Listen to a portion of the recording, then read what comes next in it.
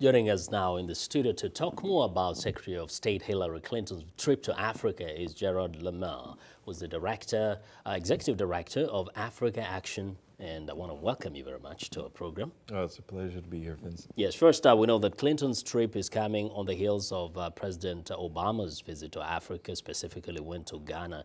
Do you get the sense that this really puts Africa on the kind of focus that it deserves? Well, it's a great start, and I do appreciate Secretary of State Clinton's trip here, particularly since she's going to some countries where we have a very difficult relationship with. This trip probably should have happened earlier. I wish that Secretary of State Clinton had gone to Africa to set a tone very early. Africa is an extremely important country to the United States. We're getting 25% of our oil from Africa and perhaps even more in the near future. It's a significant country. It's a priority for somebody, and we need to take it more seriously. You know, some would say better late than never. She made it anyway, but now on this trip also, significant is the meeting in Nairobi, the AGOA summit. What do you think should be the most critical issues on the table in order to give the sense that the U.S. is really putting Africa on the top priority? Well, I hope the Obama administration promotes the labor rights and environmental rights and transparency in AGOA transactions as part of their push. But the most significant thing they can do is promote agricultural exports. I mean, the fact of the matter is, if you have a store and you sell 80% fruits and vegetables, if you really want to help me, you're going to help me to export and sell my fruits and vegetables. If you're focusing exclusively on exports, where maybe I have 20%, but I really can't compete with the Indian, the Pakistani, and Chinese textile makers, then you're not really helping me. So you have a beef with their focus on textile and perhaps oil. Well, when majority of Africans do not benefit from the textile industry. Absolutely, and the fact of the matter is we have seen very few benefit from the oil industry, and that's 93% of AGOA. So, you know, and the truth of the matter is you don't need AGOA to get the oil out of Africa. The United States and the Western countries were not going to make it difficult for Africa to export oil.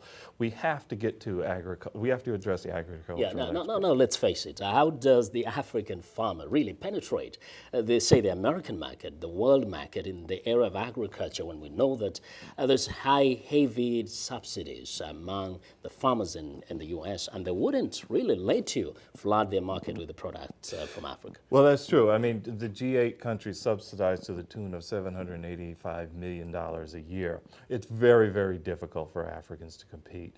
The fact of the matter is, you know, we give a lot of money in aid. We talk a good game about democracy and rule of law, you know, the whole bit, and improving the lot of Africans. The truth is, if we allow them to sell what they produce, it's going to take some hard choices. It's going to mean destroying some sacred cows.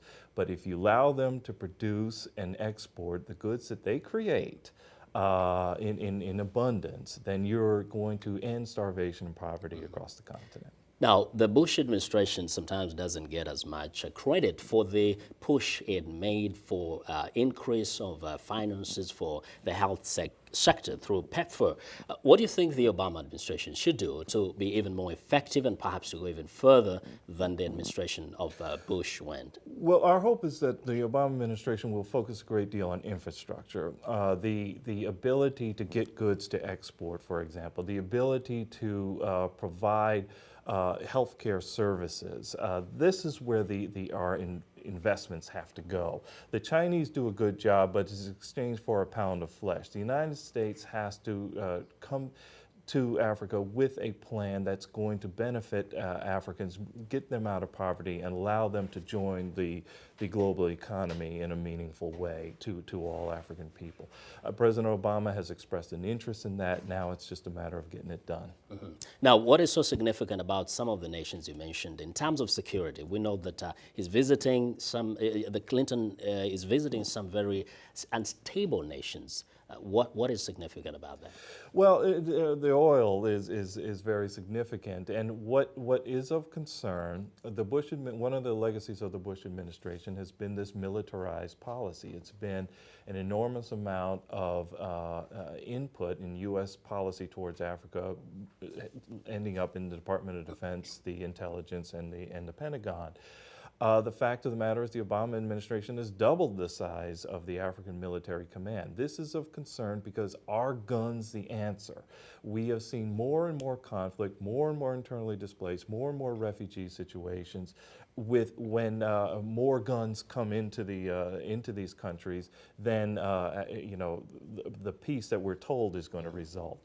You look at Somalia; it's a mess right now, and yet we're sending more and more guns. I don't know how this is going to resolve the problem. So less guns, more help.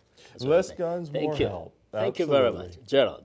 Always a pleasure to have you on In Focus. Well, thank you for having me. Thank you very much. It's a That's privilege. Gerald LeMelle of Africa Action. He's actually the Executive Director, Africa Action.